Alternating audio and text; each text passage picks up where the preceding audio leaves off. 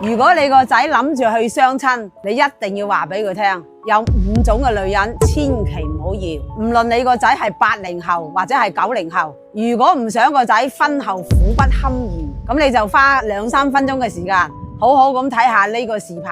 我特別理解我哋做父母嘅心情，點樣去引導自己嘅仔去揀一個好老婆呢？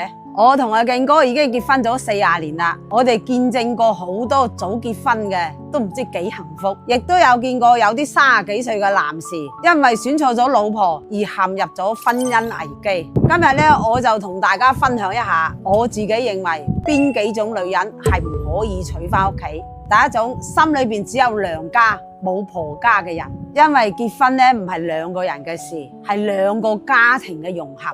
如果一個女人心裏邊只有娘家，當婆家係外人嘅，咁樣嘅話，你永遠都係一個外人。咁樣嘅新抱，就算佢係揾到錢，佢都係將啲錢執晒俾娘家。平時有乜好嘢呢？首先就想住娘家。最可怕嘅係呢啲咁嘅新抱，會喺你兩仔乸之間挑撥離間，令到你個仔喺兩家人之間左右為難。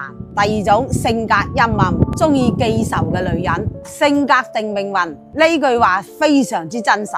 嗰啲表面上非常之溫柔，背後陰暗記仇嘅女人係最危險嘅。今日如果你個仔講幾句無心話，佢可能記足幾日。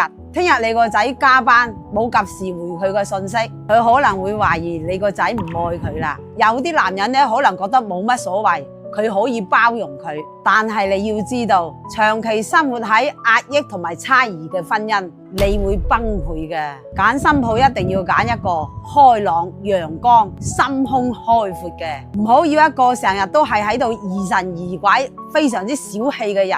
第三種，心裏面只有佢自己嘅女人。依家有好多個女仔從小就俾屋企寵壞咗啦，結咗婚之後個心裏面都係只有自己，將自己嘅老公當成係提款機同埋保姆。你個仔揾錢養家，佢覺得係理所當然嘅；你個仔做家務湊仔，佢都係覺得應該嘅。真正愛你嘅女人，佢會考慮你嘅感受，會體諒你嘅辛苦，更加會在乎你係咪真正快樂。結婚呢，唔係揾一個美麗嘅外表，而係揾一個同你同甘共苦、相互扶持嘅人。嗰啲只愛自己，唔理人哋嘅感受嗰啲女人啊，最靚啊，你都唔好要啊。